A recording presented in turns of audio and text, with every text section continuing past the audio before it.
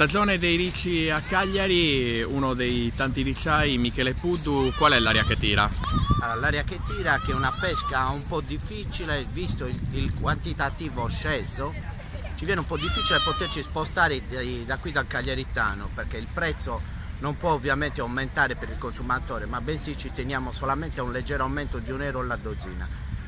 Le ceste scese, quindi viene difficile poter andare a pescare negli altri compartimenti tipo Olbia, La Maddalena, Porto Torres, perché i prezzi sarebbero troppo alti, sia dal lato di consumo di carburanti, spese eventuali di barcaiolo, di danni eventuali in macchina, quindi ci viene un po' male, però l'aria è buona, il riccio c'è una buona quantità, un buon prodotto, potete riprendere, potete poi vedere automaticamente il prodotto che abbiamo, un riccio a misura, quindi va tutto bene, in quel senso va tutto bene.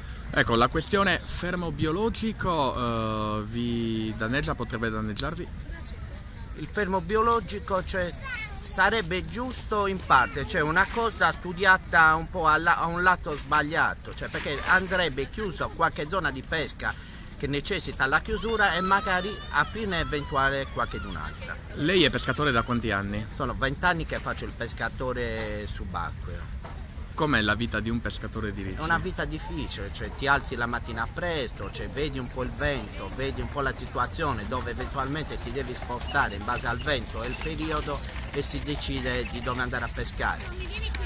Sono cambiate tante regole, si avvisa la capitaneria la mattina presto, al momento in cui esci a mare ti getti nel punto dove entri e si chiama per il ritorno. Ecco, una vita difficile, tra l'altro questo è l'unico sostentamento che lei offre alla sua famiglia. L'unico sostentamento, faccio solamente il pescatore, da 20 anni che faccio questo lavoro e il sostentamento è solamente questo, la mia entrata economica è solamente questo. Ecco, lei in questa stagione di ricci col suo box a quante persone dà lavoro?